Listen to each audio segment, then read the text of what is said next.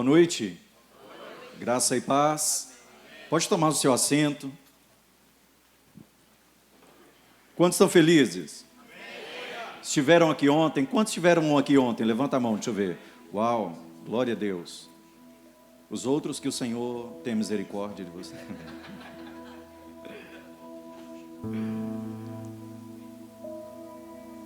Quero primeiramente agradecer ao Senhor por nos dar a vida, nos conceder a oportunidade de estar aqui.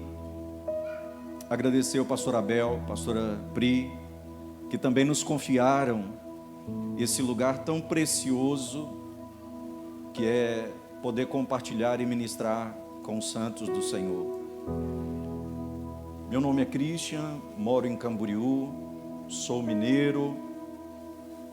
Moramos aqui no Sul já há 24 anos. Sou felizmente casado com a pastora Ju. Falei direitinho? Muito felizmente casado, assim, tá?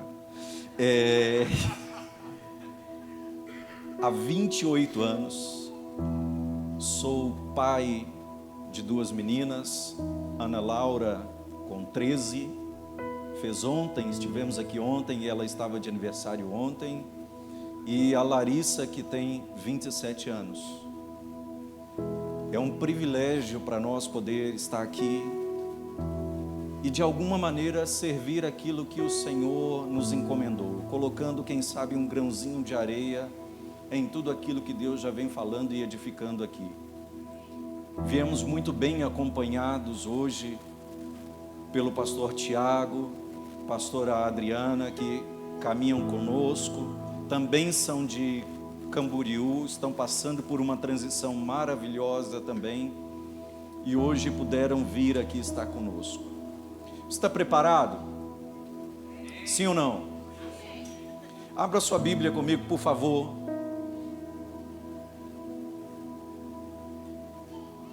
1 Coríntios, capítulo 4,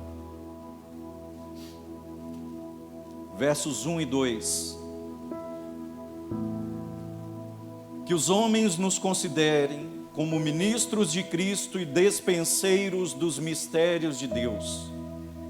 Além disso, requer-se dos despenseiros que cada um se ache. Olha para a pessoa linda que está ao seu lado e diga: o que Deus espera de você é que você seja encontrado fiel. Amém? Senhor, esta é a Tua palavra e honramos a Tua palavra nesse lugar, nesse ambiente. Senhor, te pedimos que a Tua palavra possa encontrar em nossas vidas o solo apropriado para produzir tudo aquilo para o qual ela está sendo enviada, em nome de Cristo Jesus. Amém e amém. Me deixe usar isto como introdução. Eu estava sentado ali enquanto o Senhor estava ministrando algumas coisas. E é muito interessante porque o tema desta conferência e do que vocês estão caminhando, exatidão, não é só um dos temas que eu sou apaixonado em ministrar, mas exatidão é um dos temas, um dos assuntos mais importantes, se não o mais importante, o mais relevante de toda a Escritura. Deus não espera outra coisa de mim, de você, que não seja sermos exatos. E abra um parêntese em exatidão é igual a fidelidade. É impossível ser fiel quando não há exatidão. Ninguém pode ser considerado fiel se não alcançou a medida, se não foi exato. Me acompanham até aqui? Exatidão é a razão e a essência do Evangelho. Exatidão não é um tema simplesmente a ser pregado. Exatidão é aquilo para o qual Deus nos chamou, sermos exatos. E queridos, não se engane, eu não estou dizendo isso por causa do tema. É porque nisto consiste a nossa fidelidade no Evangelho. Ninguém pode ser considerado fiel E todos nós queremos chegar naquele dia e encontrarmos e ouvirmos o Senhor dizer: entra, servo bom e...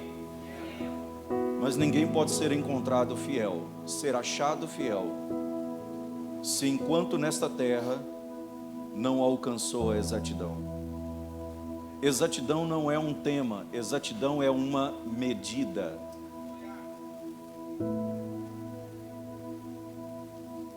Diante disto, a pergunta que eu e você precisamos nos fazer nesta noite é: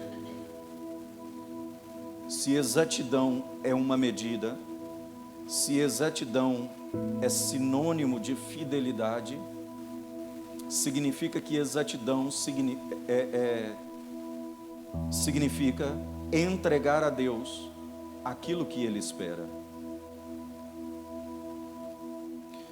O Evangelho não se resume, não consiste em entregar a Deus o que eu ou você queremos entregá-lo. O Evangelho, a exatidão no Evangelho consiste em entregar a Deus o que Ele espera receber. E a pergunta que você precisa se fazer, junto comigo, é: o que Deus espera receber? Há uma passagem que eu gosto muito, vou só simplesmente citá-la, Isaías capítulo 5. Deus vai dizer, nesse texto messiânico, Ele vai se colocar no lugar de um homem que plantou uma vinha, e Ele vai dizer: eu plantei uma vinha, adubei a terra, sachei a terra, cerquei, coloquei nela um lagar, cerquei-a para que os inimigos não entrassem, esperando que esta vinha desse uvas boas. Mas esta vinha deu uvas bravas, amargas. Sabe de algo? No evangelho relativista que muitos estão vivendo, possivelmente alguém poderia dizer: qual é o problema? Uva é uva.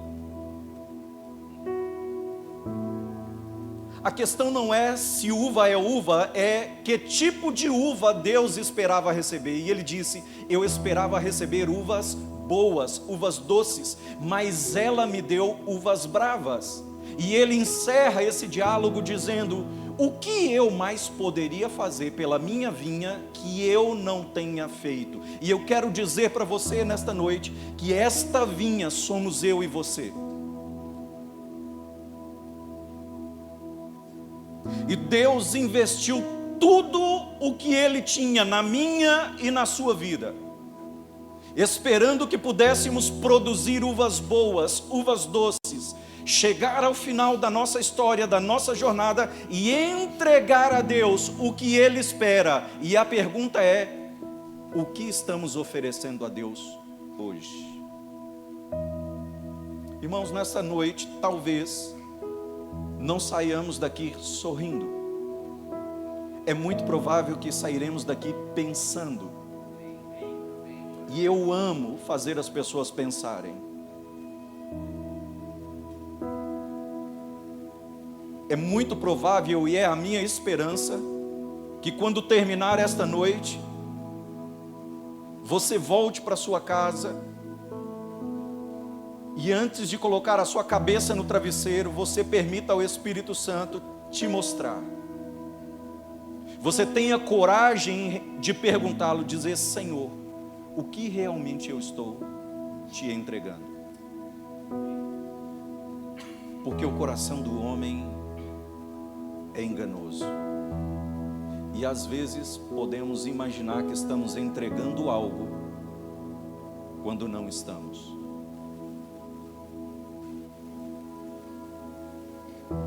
Exatidão é uma medida. É uma medida que eu e você devemos alcançar. Exatidão é algo que Deus espera receber. Exatidão é algo que Deus espera ver. E o que é que Deus espera receber? O que é que Deus espera ver? O que é que Deus nos confiou para que possamos alcançar?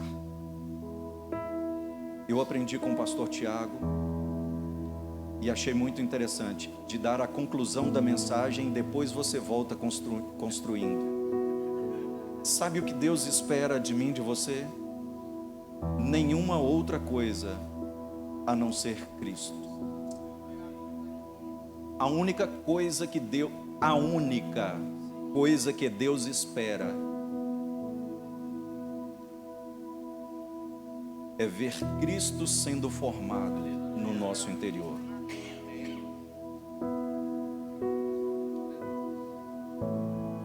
E eu espero que a palavra que eu compartilhe com você nesta noite, ela possa te ajudar a alcançar esta medida.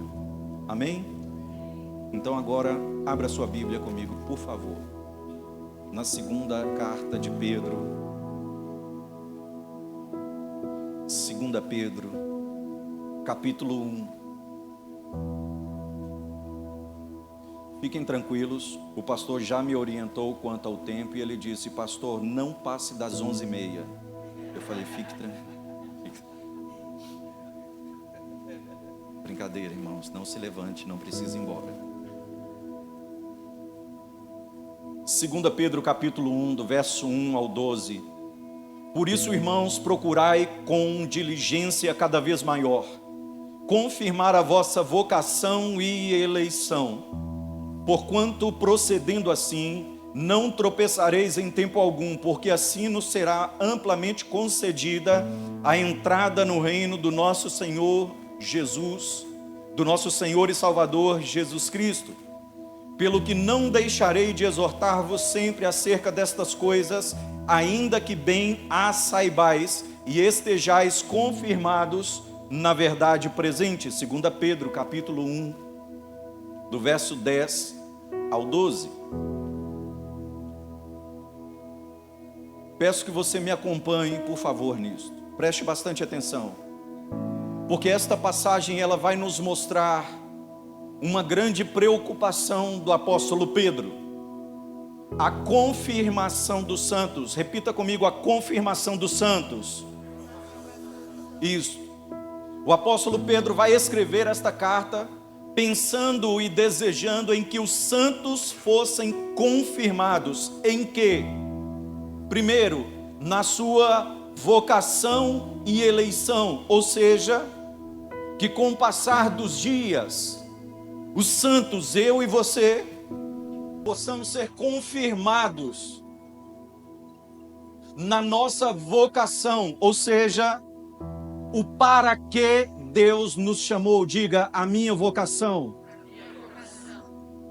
E ele diz: a nossa vocação e eleição, o desde onde Deus nos chamou, desde a eternidade. Diga: Deus me chamou desde a eternidade para algo muito específico. Nós vamos entender isso nessa noite. Mas a sua... Obrigado, amado. Mas a sua segunda preocupação é em que os santos fossem confirmados na verdade presente, ou algumas versões vai dizer na presente verdade. A questão é, para entender o que significa a verdade presente, nós precisamos compreender quem escreveu esta carta. Qual foi o Pedro que escreveu esta carta? Por que eu digo qual foi o Pedro? Porque a Bíblia apresenta muitas versões de um mesmo Pedro. E eu quero te animar a conhecê-los comigo. Você vai encontrar nas Escrituras um Pedro recém-chamado por Jesus, imaturo, inconstante, impulsivo, que num momento diz: se és tu, manda eu ir ter contigo. Lembra dessa passagem? Ele sai do barquinho para caminhar sobre as águas, e de repente esse Pedro imaturo, inconstante, por olhar as circunstâncias, ele quase se afoga. A Bíblia nos mostra, num outro momento, um Pedro que afirma lealdade a Jesus Cristo e diz: eu estou pronto não somente a ser preso, mas também a ser morto por você. E quando Jesus é crucificado, e as pessoas que estavam ali percebem que Pedro era um deles, e diz: você estava com ele? Ele diz: eu não. Mas minutos antes ele tinha dito: eu estou pronto, estamos juntos. Eu estou pronto, não só para ser preso, mas até para morrer por você, Jesus. E quando a hora chegou, lembra-se disso? Encontramos um Pedro, num outro momento, que ele recebe uma grande revelação do Pai: tu és o Cristo, o Filho do Deus vivo. E por se achar que de repente já havia alcançado algumas coisas, uma posição, se vê no direito de repreender a Jesus. Jesus estava dizendo que era necessário que ele fosse preso, crucificado, e ele disse: não, não vai para Jerusalém. Jesus na mesma hora olha para ele: afasta-te de mim, Satanás. Pensa isso, irmão. Numa hora, escute, no mesmo momento, Jesus olha para ele e diz: Pedro, não foi carne e sangue que te revelou isso. Segundos depois: afasta-te de mim, Satanás. Você já imaginou esse Jesus diante de nós hoje em dia, olhando para mim e para você e dizendo: afasta-te de mim, Satanás? Sigamos. Pedro amadurece um pouco e logo encontramos esse mesmo Pedro em Atos capítulo 2, quando já não impulsivo, mas agora cheio do Espírito, ele se levanta, prega para uma plateia judaica e 3.000 pessoas se convertem de uma vez só. Se lembra disso? Atos capítulo 2, do verso 14 até o 41 vai contar essa história. Mas agora começamos a ver esse mesmo Pedro em Atos capítulo 10, onde ele estava no terraço, na casa de Cornélio, em oração, em espírito, jejuando, e ele tem uma visão. Nesta visão ele vê um lençol baixando, 4 animais impuros, e uma voz que dizia para ele: Pedro, levanta, mata e come. O resumo desta história é que por 3 vezes isto acontece, e esse Pedro, que até foi mostrando uma progressão, um crescimento, uma maturidade ao longo da sua história, ele olha para toda esta visão que ele estava recebendo e acaba chamando de impuro aquilo que Deus havia santificado. Me acompanham até aqui? Sim ou não? Qual foi o Pedro que escreveu esta carta? Nenhum desses. O Pedro que escreve essa carta era o mesmo Pedro, mas não era a mesma pessoa. O Pedro que escreve esta carta é um homem já maduro, um idoso, um homem que havia amadurecido no Senhor e que agora também sabia que o seu tempo de partir estava próximo. O Pedro que escreve essa carta é um ancião que sabia que estava próximo de morrer e que havia ao longo da sua história deixado de alcançar certas coisas no Senhor, e ele agora escreve olhando para a igreja da sua época e olhando para mim e para você com a preocupação de um pai, dizendo: eu quero que vocês sejam confirmados na verdade presente. Diga comigo: ser confirmados na verdade presente. Qual foi o problema do apóstolo Pedro? É que em algum momento, queridos, e vamos compreender isso, esse Pedro deixou de progredir, ele deixou de avançar, deixou de crescer, deixou de obter revelação. Em algum momento da sua história, ele deixou de entender algumas coisas no Senhor. Pedro teve experiências com Deus que nenhum dos outros discípulos tiveram. Você conhece bem a história. Mas ele aprendeu da pior maneira que experiências não são suficientes. Você pode repetir isso para a pessoa que está ao seu lado? experiências não são suficientes. Irmãos, é necessário crescer em entendimento espiritual. É necessário crescer em revelação. Há muitas pessoas tendo lindas experiências com Deus, e eu as amo. Amo as experiências com Deus. Você também? Mas experiências não formam caráter. Experiências não transformam a natureza. Experiências não podem formar a vida de Cristo no interior de uma pessoa. É por isso que Deus está mais interessado em nos ensinar do que em produzir um milagre em nossa vida.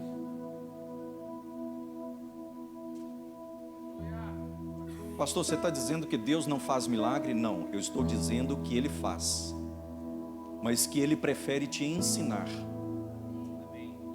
Porque nem sempre quando Ele produz um milagre na minha ou na sua vida, aprendemos a lição que deveríamos. Por isso, vez por outra, recorremos nos mesmos erros. Não olhe para o lado. Pedro esqueceu algo fundamental, algo básico. Que toda revelação de Deus é progressiva. Deus se revela progressivamente. E o que é que determina a revelação de Deus? A nossa maturidade. A revelação de Deus na vida de uma pessoa é proporcional ao seu nível de maturidade. Com as crianças, Deus falará como crianças. Aos maduros, Ele falará como a maduro. Por isso Paulo olha aos coríntios e diz: olha, eu queria dar para vocês alimento sólido, mas vocês são meninos e eu preciso dar comida, papinha ainda, leite. Se lembram disso? 1 Coríntios 3. Pedro esqueceu que por mais que ele teve experiências extraordinárias com Deus, e amados, eu os incentivo, busquem ter experiências com o Senhor. Mas saiba que experiências não bastam. Há muitas pessoas lá fora que hoje não estão mais no Senhor e tiveram tremendas experiências com Deus, porque apesar das experiências, não foram formadas em Cristo. Cristo não cresceu no seu interior. E se estamos falando de exatidão, devemos entender que exatidão significa alcançar a estatura do varão perfeito, da medida da plenitude de Cristo. Esta é a exatidão. Pedro, em algum momento, ele acreditou que a verdade que ele havia conhecido lá atrás, a verdade que ele havia conhecido primeiro, era a única verdade que existia, e era toda a verdade de Deus.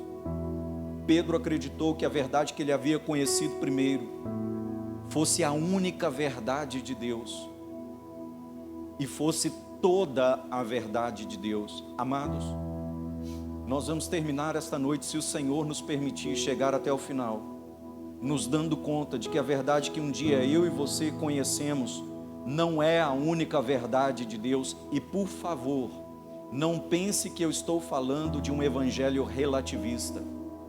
O que nós estamos falando é a respeito de medidas de revelação da pessoa de Cristo. Amém? Por não crescer em revelação, por não crescer no entendimento espiritual, Pedro não foi capaz de perceber a mudança de verdade que havia conhecido. Porque Pedro não conseguiu progredir em revelação, em entendimento espiritual, ele também não pôde ser exato. E a sua falta de exatidão, assim como a nossa, tem um alto custo. A falta de exatidão na minha vida e na sua vida, querido, não é inconsequente. Todas as vezes que eu e você somos inexatos, e vamos falar isso se o Senhor nos permitir, nós estamos atrasando a manifestação de Deus na próxima geração. Porque a próxima geração não poderá continuar edificando desde onde deixamos. Eles terão que recomeçar do zero. Deus nunca quis uma nova geração. O intuito de Deus sempre foi uma próxima. Porque todas as vezes que Deus teve que levantar uma nova geração, é porque a anterior falhou.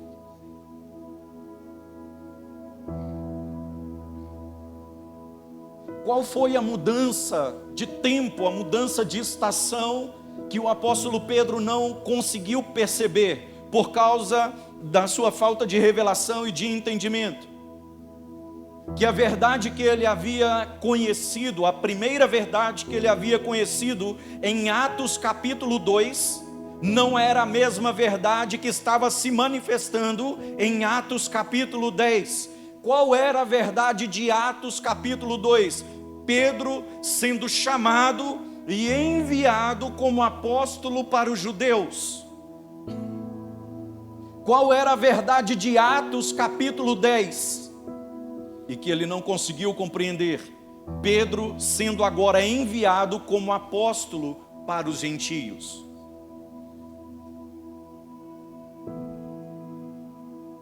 Pedro havia feito tão bem o seu trabalho entre os judeus, para com os judeus, que Deus o chama, lhe dá uma visão e diz: Pedro, eu preciso de você. Eu preciso que você alcance os gentios. Esse era o significado da visão com os animais no lençol. Os 4 animais impuros, representando as 4 nações gentílicas.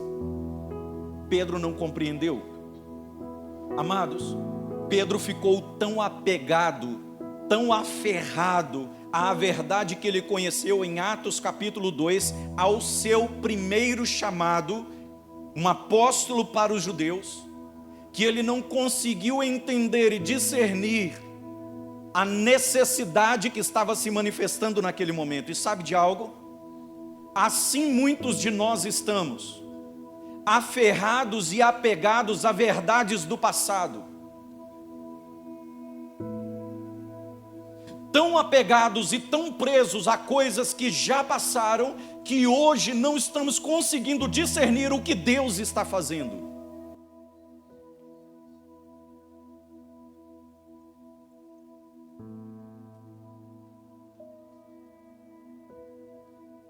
Me ajuda um pouquinho, sem olhar para a pessoa que está ao seu lado, sem olhar.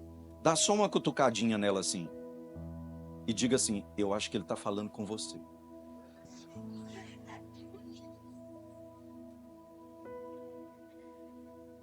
Não olhe, irmão, só para não arrumar briga. Qual foi o problema do apóstolo Pedro? Não crescer em revelação. E quando eu falo aqui, irmãos, revelação, eu não estou falando de é isso que eu te... Não. Eu estou falando desta revelação, é de crescer no conhecimento de Cristo. Chegou um momento na sua etapa que ele não conseguiu progredir. Ele ficou tão apegado àquilo que ele conheceu lá atrás. Você deve conhecer alguém assim, que de repente hoje está orando, está orando dizendo: Deus, fala comigo, Deus, me dá uma resposta. Mas Deus tem que falar desse jeito, porque Deus sempre falou assim comigo, Deus sempre usou desta maneira, e se não for desta maneira, não aceito.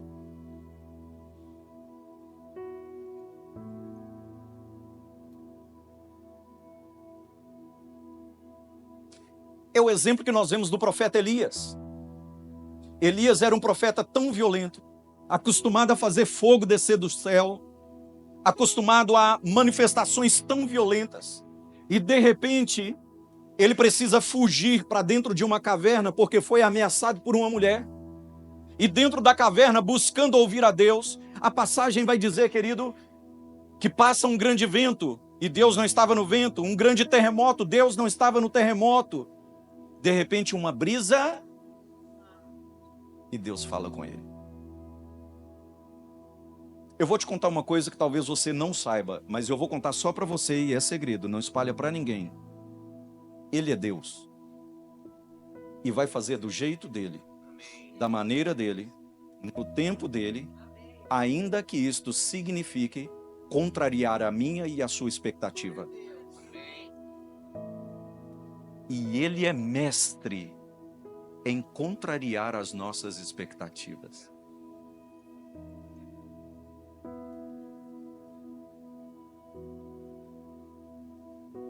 Vocês podem me dar, quantos podem me dar mais 5 minutos? Quantos? 5, 10, 15, 20, 25, 30, 40, vai dar tempo. No final vai dar certo, amém, irmãos? Qualquer coisa, briguem com o pastor. Por não crescer em entendimento espiritual, Pedro não foi capaz de discernir o tempo que ele estava vivendo. Em outras palavras, ele não foi capaz de discernir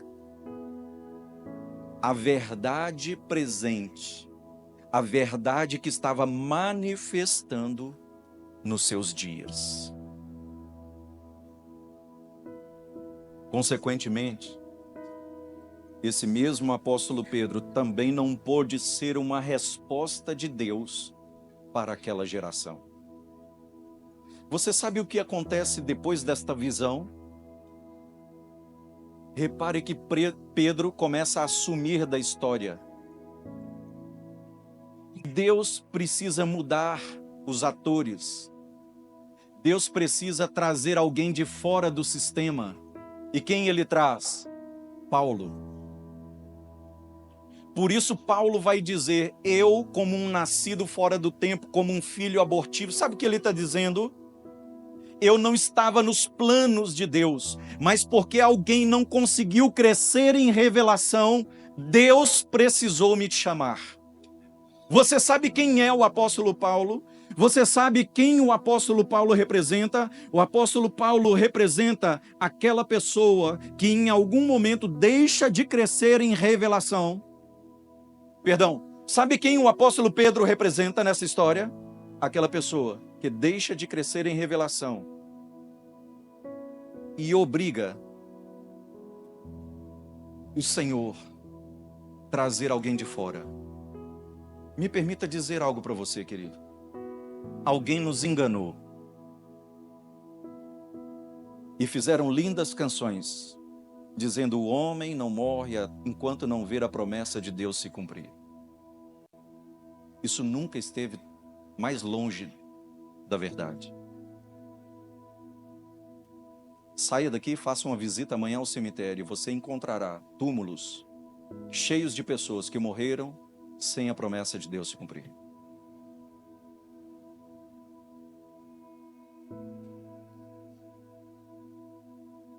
Porque precisamos compreender que se não formos exatos, buscarmos encontrar a fidelidade no Senhor, Deus não terá, Ele nos ama, amém?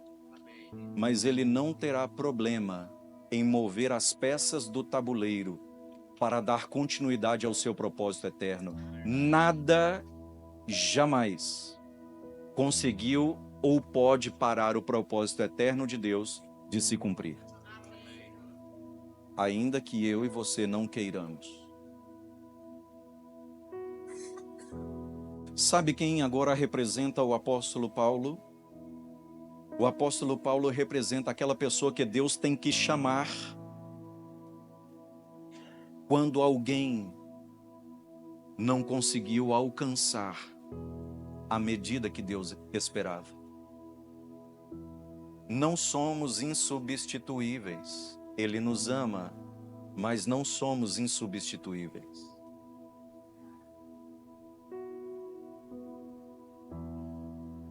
Como diz, pelo sotaque já perceberam, sou mineiro.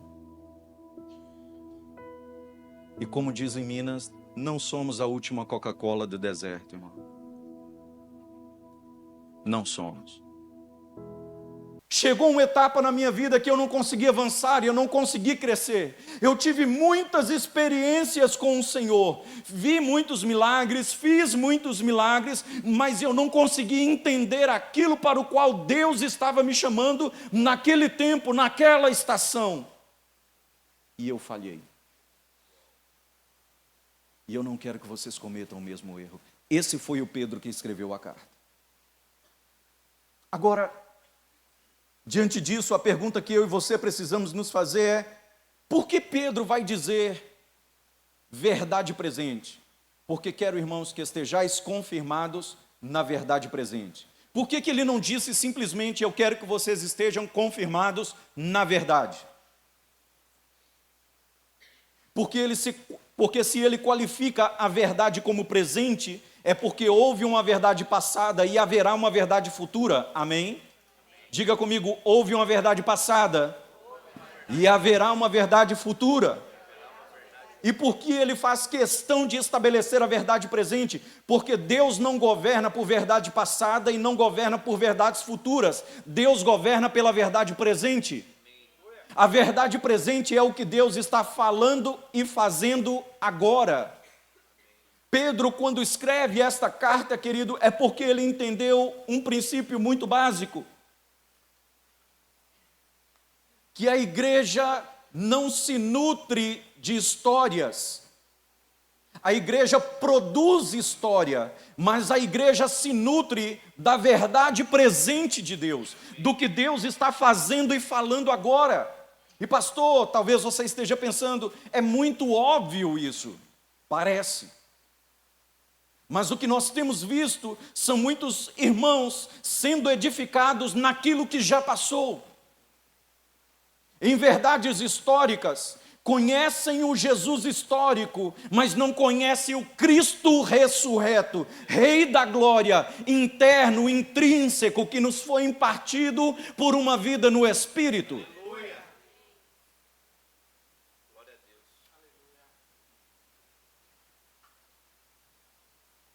Deus não governa por verdades passadas, Deus não governa por verdades futuras, Deus governa pela verdade presente. E é nesse ponto, querido, que há uma ruptura, que há um choque, que uma enorme dificuldade se apresenta, porque muitos de nós sabemos muito do que Deus já fez, temos muitas expectativas com o que Deus fará, mas conhecemos muito pouco do que Deus está fazendo hoje. Qual é a verdade presente de Deus na sua vida, para a sua família, para a sua casa, no seu trabalho, para as suas finanças, para o seu negócio? Eu louvo o Senhor por cada ato dele sobre esta terra. Amém? Mas o que ele já fez, já passou. Não nos alimentamos do que ele fez, nos alimentamos do que ele está fazendo. Perceba, quando Jesus foi levado pelo Espírito, o pastor que estava aqui ontem disse isso, Jesus foi levado pelo Espírito ao deserto para ser tentado. E Satanás disse a ele: transforme essa pedra em pão. Qual foi a resposta dele? Nem só de pão viverá, mas de toda palavra que sai. Ele diz que sai. Ele não disse que saiu. Que sai agora. Você não precisa de uma revelação do seu passado. E me permita dizer algo: o seu passado pouco importa para Deus. O meu e o seu passado pouco importa para o Senhor. Não há nada do velho homem, da velha criatura, da velha criação que colabore para o que Deus está fazendo agora. Foi por isso que Ele te fez nascer de novo. Ele te fez nascer de novo porque a velha vida não presta. Você me acompanha até aqui? Por isso o que interessa para mim, para você, é o que Deus está falando agora, irmãos. Tem muitos irmãos, Deus me dá muito testemunho disso. Há irmãos sendo aqui nesta noite tremendamente confrontados com esta palavra, porque estão meio que andando em círculos, estão vendo coisas deteriorarem, acabarem, pararem de fluir, estão sentindo tristezas e não estão entendendo o que está acontecendo, e é Deus colocando fim a muitos ciclos para poder te introduzir numa nova etapa. Como foi dito aqui, e para mim isso é muito claro, há sim uma mudança de estação sobre esta casa, e a pior coisa que pode nos acontecer é ficar como Pedro, aferrado, apegado a verdades do passado. Somos gratos e honramos as verdades que nos trouxeram até aqui, amém? Mas não edificamos sobre as verdades que passaram, edificamos sobre as verdades do que Deus está dizendo agora. E pergunte, por favor, me ajude nesta noite, não deixe eu trabalhar sozinho. Olha para essa pessoa linda, e se não é linda, faça que é. Enxergue Cristo nela, irmão. Pergunte para essa pessoa o que Deus está falando com você agora. O que Deus está edificando, pergunte, o que é que Deus está edificando em você agora? Irmão, me permita, eu não sou insensível, eu vim de um caminho bastante complicado, então sei do que eu estou dizendo. Irmãos, a forma como você chegou até aqui é irrelevante para Deus. A questão é o que você e eu vamos fazer daqui por diante, daqui para frente. Em Minas tem um ditado que diz assim: aquele que não vem pelo amor, vem pela... Aqui também é. E sabe de uma coisa? Não importa. Pelo amor ou pela dor, o fato é, viemos ao Senhor. Pelo amor ou pela dor, estamos no Senhor, amém? Isso é o que importa. Porque não importa a razão, a dimensão, o fato, o tamanho, a questão é, viemos com alguma necessidade. Chegamos com alguma necessidade. Agora precisamos descobrir o que nos faz permanecer. Você é consciente do que te trouxe ao Senhor? A pergunta que eu te faço é: você é consciente do que te faz permanecer no Senhor? Porque se não tivermos a dimensão do que significa a verdade presente em nossos dias, seremos como crianças agitados de um lado para o outro. Hoje estamos assim, amanhã assim. Hoje assim, amanhã assim. Não olhe para o lado.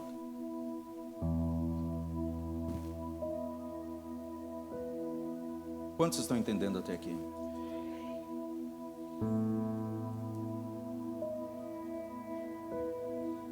Deus não governa por verdades passadas, futuras. Deus governa pela verdade presente.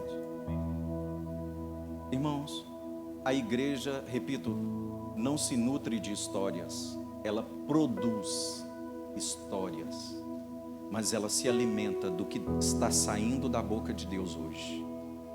Esta casa tem uma história, amém?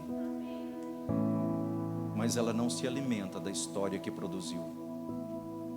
O que edifica, o que fortalece, o que consolida, o que fundamenta esta casa, não são as histórias passadas, é o que Deus está falando agora.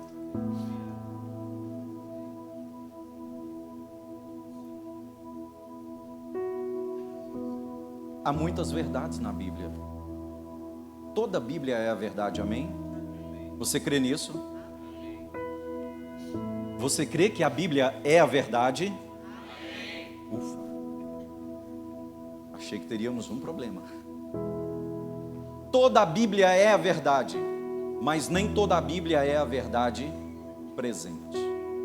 E eu vou te explicar isso. Estar confirmado na verdade não é a mesma coisa que estar confirmado na verdade presente. Há muitas pessoas firmadas na verdade, mas desconhecem a verdade presente. Por exemplo, no passado, quando um homem e uma mulher precisava ser perdoados dos seus pecados e purificados das suas imundícies, o que eles tinham que fazer? Pegar um animal, levar até o sacerdote, o sumo sacerdote, ele sacrificaria esse animal, pegaria o sangue e aspergiria sobre o imundo ou sobre aquele que haveria pecado. Sim ou não? É bíblico? É verdade? É uma verdade presente?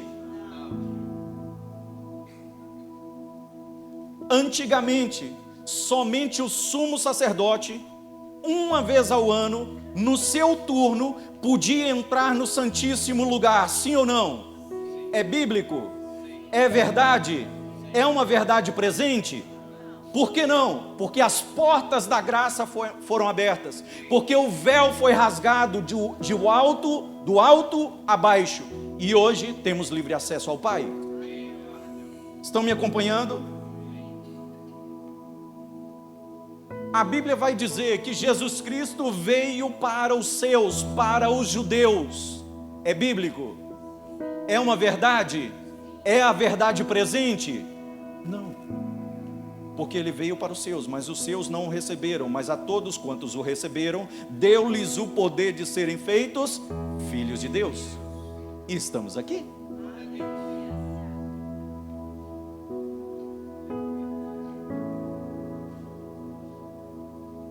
Durante séculos, os judeus viveram debaixo da promessa da vinda do Messias. Durante séculos foi profetizado que o Messias viria, sim ou não? É bíblico? É uma verdade? É uma verdade presente? Porque ele já veio. Foi profetizado que a virgem conceberia. É bíblico? Sim. É uma verdade? Sim. É presente? Não, porque ela já concebeu, ela já deu à luz, e ele foi chamado de Emanuel, que é Deus conosco.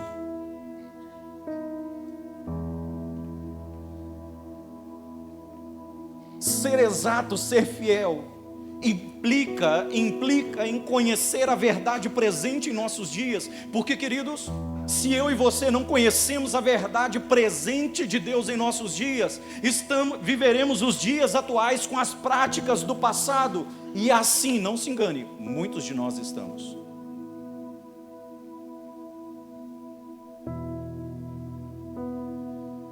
Sem compreender que o Messias que foi profetizado durante 4.000 anos de história já não é uma promessa, é uma realidade.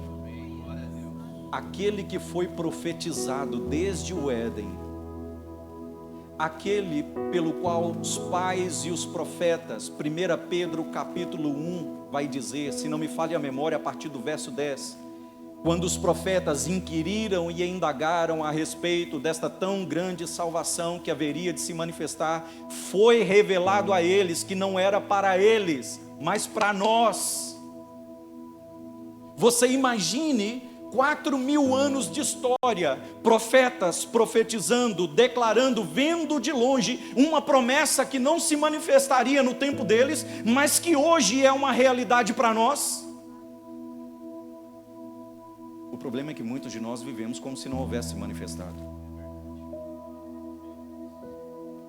Queridos, eu sou pastor já há alguns anos e tenho caminhado, trabalhado com pastores já há alguns anos, com líderes, e não é incomum ouvir pessoas dizendo assim: como pode ser, pastor? Jesus viveu entre os judeus, esteve lá, caminhou entre eles, fez todos os sinais, milagres, maravilhas, e eles estão esperando o Messias até hoje. Que absurdo! O que eles não percebem é que muitas vezes falamos isto, crendo que o Messias já veio, mas vivemos como se não tivesse vindo. Porque a maioria das nossas canções diz: vem, ele já veio. Espírito Santo vem, ele já foi dado, irmãos. Muitas das nossas canções têm que ver com coisas que já sucederam. Muitas vezes, e eu me coloco nesse lugar, cantando, tocando, pregando. Aí, irmãos, os últimos dias será como nos dias de Joel e não sei o quê. E é isso que eu derramarei do meu espírito sobre toda... Irmão, já sucedeu, já aconteceu. Pedro se levanta em Atos para dizer: irmãos, não fiquei atônitos. Isto que vocês estão vendo é aquilo que foi profetizado a Joel. Durante muito tempo o Espírito Santo descia sobre os reis, sobre os profetas, por um tempo para cumprir uma missão especial. Sim ou não? É uma verdade? É bíblico? Mas não é presente. Porque nós não somos uma geração de visitação. Nós somos uma geração de habitação. Ele não nos visita, Ele mora em nós. O Espírito Santo não te visita, Ele habita em você. Então pare de ficar olhando para o alto, querendo, esperando receber o que já te foi dado. Está no seu interior, está dentro de você. Não estamos cantando, pedindo, pregando uma visitação do Espírito. Queremos que aqueles que já são morada do Espírito possam amadurecer e manifestar a vida gloriosa do Senhor.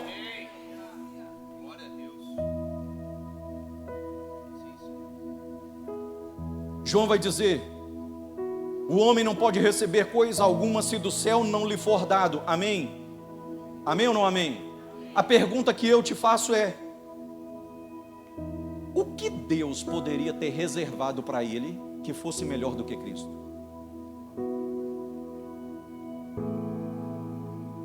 Acaso, irmãos, há alguma coisa mais gloriosa do que o próprio Filho de Deus habitando dentro de mim e de você?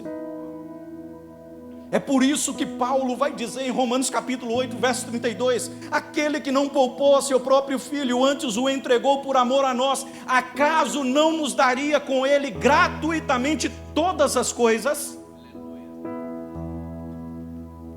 Mas se não entendermos estas verdades presentes, passaremos os nossos dias como mendigos, pedindo para Deus aquilo que já sucedeu.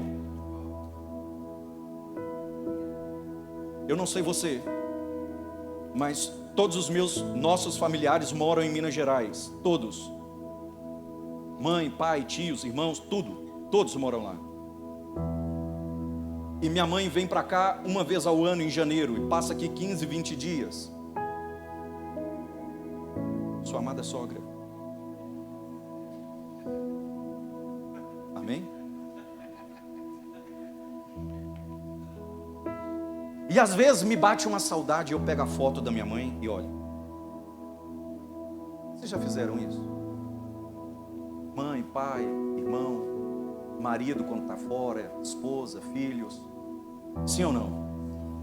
Agora imagine, minha mãe chega, sentada do meu lado em casa e eu olhando para a foto. Ai, que saudade da minha mãe. Ai, que saudade. Ô mãe. E ela do meu lado: ei, eu já estou aqui, eu já cheguei. Irmãos, pare de esperar o que já te foi dado. Amadureça para reconhecer a graça que já te foi impartida pelo Espírito Santo. Nisto implica a nossa exatidão, a nossa fidelidade.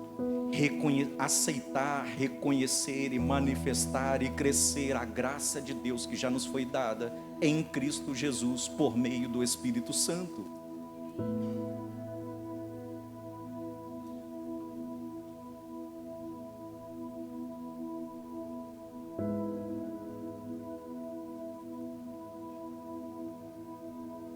Esta cidade, Brusque, Camboriú, Balneário, Santa Catarina, o Brasil e as nações da terra, eu louvo a Deus por cada igreja, por cada ministério que abre, amém, irmãos? Mas não é pelo número de igrejas que as nações serão transformadas.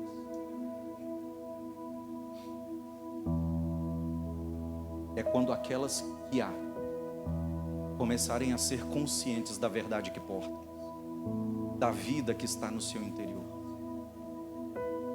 Sabe, há alguns versículos que de tempo em tempo parecem se tornar modas. Você percebeu que há coisas que se tornam modas até dentro da igreja, né? Sim ou não? E há alguns versículos que também. E hoje nos encantamos ler Colossenses capítulo 1, verso 28, 27, 28, onde vai dizer: Cristo em vós, a esperança da glória, um mistério que esteve oculto dos séculos e das gerações presentes, mas que Deus quis dar a conhecer aos seus santos. Cristo em vós, a esperança da glória. Amém? Cristo é a esperança, sim ou não? Sim. E eu quero dizer para você, Cristo precisa deixar de ser a esperança para se tornar uma realidade visível.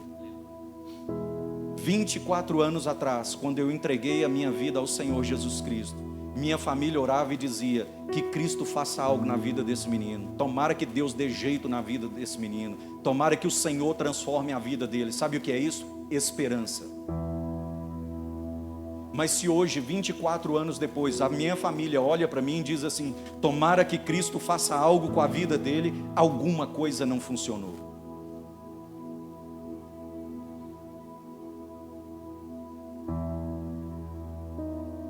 Cristo um dia foi a sua esperança.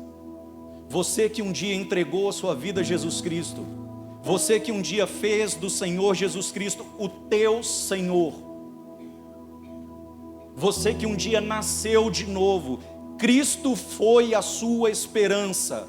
Mas se hoje, 1 ano, 2 anos, 5, 10, 15, 20 anos, Cristo ainda continua sendo a sua esperança, e quando as pessoas te olham, não podem ver Cristo em você, me permita dizer, algo não está funcionando. Porque tudo que tem vida deve crescer. Diga comigo, tudo que tem vida cresce. Se Cristo está dentro de nós, se a vida de Cristo está no nosso interior, esta vida precisa crescer. Precisa chegar o momento onde esta vida, assim como de uma mulher grávida, comece a dar os seus sinais. Eu vejo Cristo aí. Tem algo aí.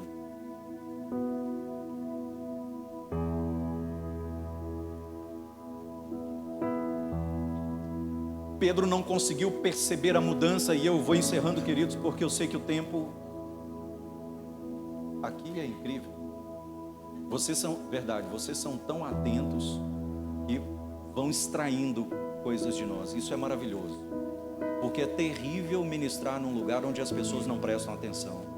Nos dá vontade de terminar a mensagem e descer. Então, 11h30. Qual foi o problema de Pedro? Ele não conseguiu discernir, entender a verdade presente em seus dias. Por que não? Porque ficou apegado a coisas do passado. Querido, Filipenses capítulo 3, que é o tema, e o pastor ontem disse aqui, falamos sobre isso lá em 4 barras. Há uma realidade dentro do Evangelho que poucos desconhecem, ou que poucos conhecem, melhor dizendo. O apóstolo Paulo vai dizer: não que eu haja alcançado, mas uma coisa eu faço, esquecendo-me das coisas que para trás ficam, prossigo para o alvo, para o prêmio da soberana vocação. O que ele fez? Esquecendo das coisas que para trás ficam. Queridos, como disse o pastor ontem, há muitas coisas das quais nós estamos aferrados, apegados, e que precisam ficar no passado. Muitos de nós, como Abraão, me permita usar esta figura de linguagem, estamos trazendo Ló conosco. Você sabe o que significa o nome Ló? Deus um dia encontra Abraão e diz: sai da tua terra, da tua parentela, da casa do teu pai, vai para uma terra que eu te mostrarei. Gênesis 12, amém? Amém? Abraão obedece, ele sai. Sim, mas o que ele faz? Leva quem com ele? Deus havia dito: sai da tua terra, da tua parentela, da casa do teu pai e vai para uma terra que eu te mostrarei. E Abrão leva Ló. Sabe qual é o significado do nome Ló? Coberta, venda. Deus querendo mostrar uma nova estação, um novo tempo, uma nova terra para Abrão, e ele trazendo vendas cobertas sobre os seus olhos. Perceba que foi por isso que, enquanto Ló e ele não se separaram, Deus não continuou o seu processo com Abrão, não lhe revelou aquilo que precisava. Muitos de nós nos encontramos exatamente nesse ponto. Você conhece uma palavra chamada piariote? Nunca ouviu? Israel estava há 430 anos como escravo no Egito. Deus levanta Moisés para libertar o povo. Moisés sai com todo o povo. E eles saem costeando o mar. Deus os faz voltar. E eles então tinham que atravessar o mar. Mas quando eles olhavam para trás, quem estava vindo atrás? Faraó com seus cavaleiros, sim ou não? E na frente deles estava o mar. Leia na Bíblia. Sabe como se chama aquele lugar? Piariote. Você sabe o que significa piariote? Beco sem saída. E há muitos aqui num beco sem saída.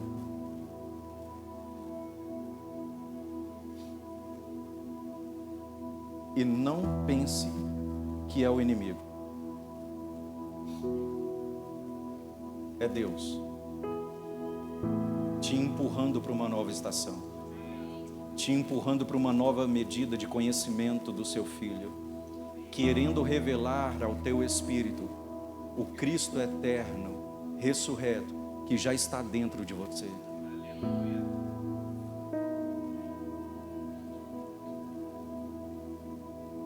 Esta noite eu e você temos a oportunidade de permanecer num beco sem saída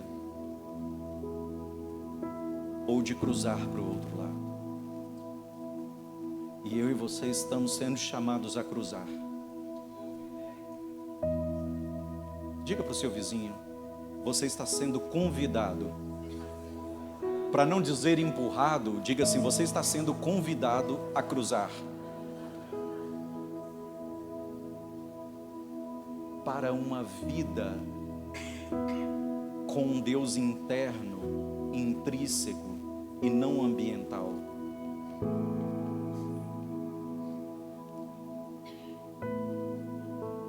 Durante 3 anos e meio, os discípulos andaram com Jesus.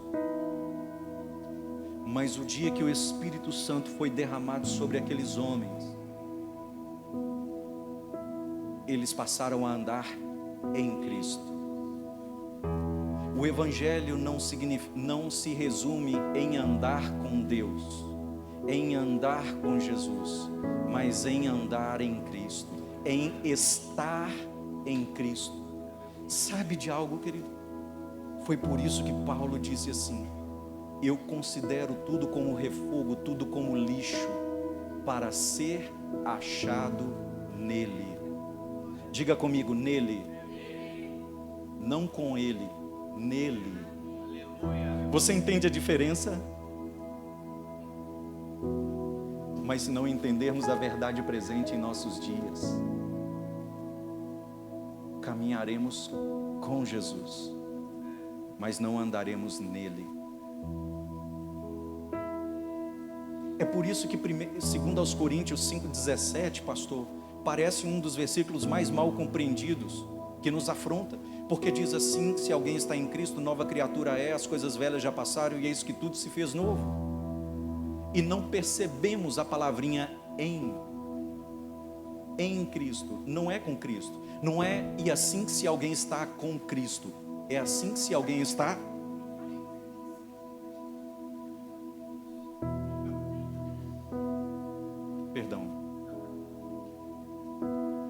em Cristo. Diga para o seu vizinho: em Cristo. Irmãos, eu e você estamos sendo chamados a perceber as mudanças de estações. Jesus, quando veio a essa terra, ele caminhou dentro da lei, dentro de um pacto que foi vigente até a cruz.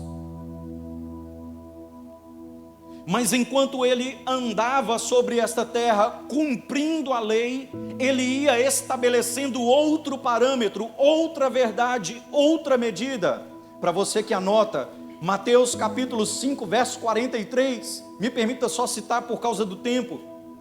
Jesus caminhando por essa terra e ensinando os discípulos, dizendo: ouviste o que foi dito, amarás o teu próximo. Quando ele diz ouviste o que foi dito, ele está falando a respeito da lei. No entanto, ele vai dizer: mas eu porém vos digo, amareis os vossos inimigos. Quantos estão compreendendo isso? Ouviste o que foi dito, não jurarás falso. Eu, porém, vos digo, de modo nenhum jurareis.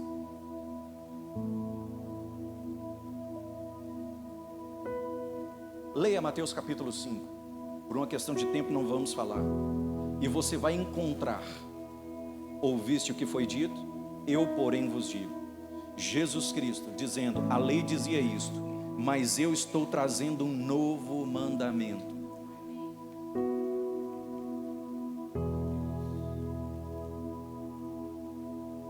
Sabe o que Pedro esqueceu, e muitos de nós parecemos esquecer? Que Deus é eterno, é imutável, mas Ele muda constantemente na sua forma de agir. Deus é eterno e imutável. Deus não muda quanto ao seu caráter, Deus não muda quanto à sua natureza, mas Ele muda constantemente na sua forma de agir. É por isso que você vai encontrar muitíssimas passagens dizendo, numa ocasião ele vai dizer a Moisés: Moisés, toca na rocha. Lembra-se disso? E o que aconteceu? Saiu água da rocha. Tempos depois, o que ele diz a Moisés? Moisés, fala. Mas como tocar funcionou lá atrás?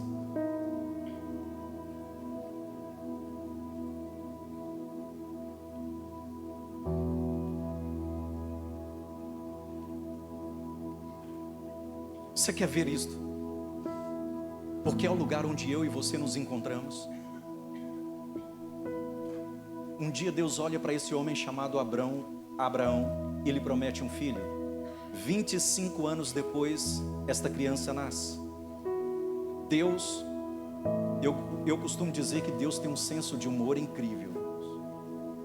O homem esperou por 25 anos. Quando a criança nasce, ele fala: bom, agora me entrega o teu filho.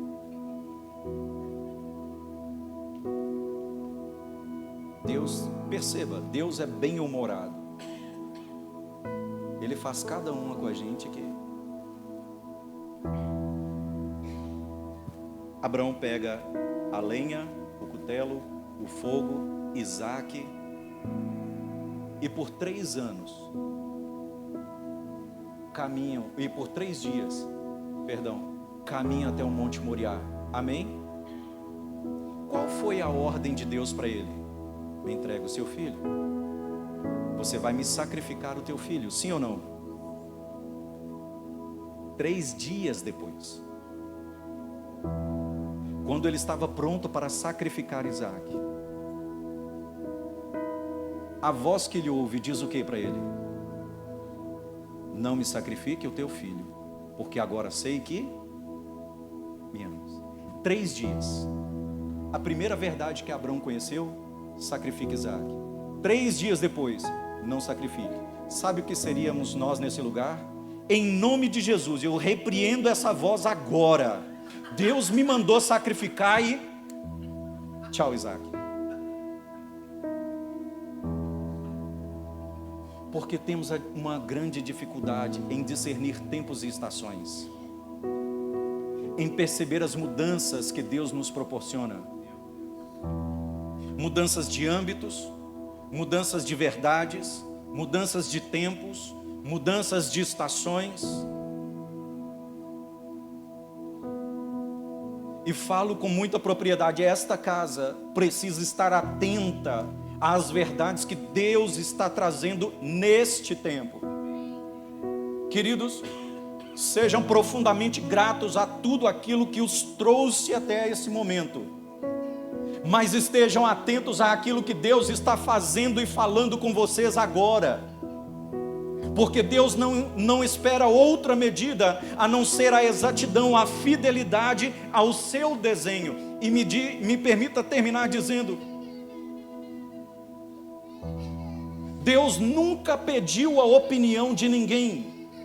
Me ajuda a dizer isso para a pessoa que está do seu lado? Diga assim: Deus não precisa da sua opinião. Agora diga sério. Diga sério. Deus não precisa da sua opinião. Irmão, Deus nunca precisou da opinião do homem para nada. Deus não precisa da nossa opinião, Ele precisa da nossa obediência. Se Deus tivesse criado o primeiro homem para depois criar todas as coisas, irmãos, estaríamos no 5º ou 6º dia da criação até hoje. Não sei não, Senhor, eu acho que o céu podia ser mais azul. O outro vai falar não, mas eu gosto de amarelo.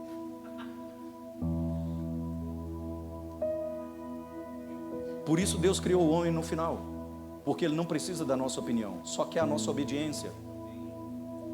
Quando Deus ordenou que Moisés construísse o tabernáculo, lá em cima Ele disse: Moisés, toma cuidado, faça conforme o modelo que eu te mostrei no alto do monte. Sabe o que significa? Eu vou traduzir para o mineirês: não inventa moda, só obedece. Quando Deus ordenou que Noé construísse a arca, lembra-se disso?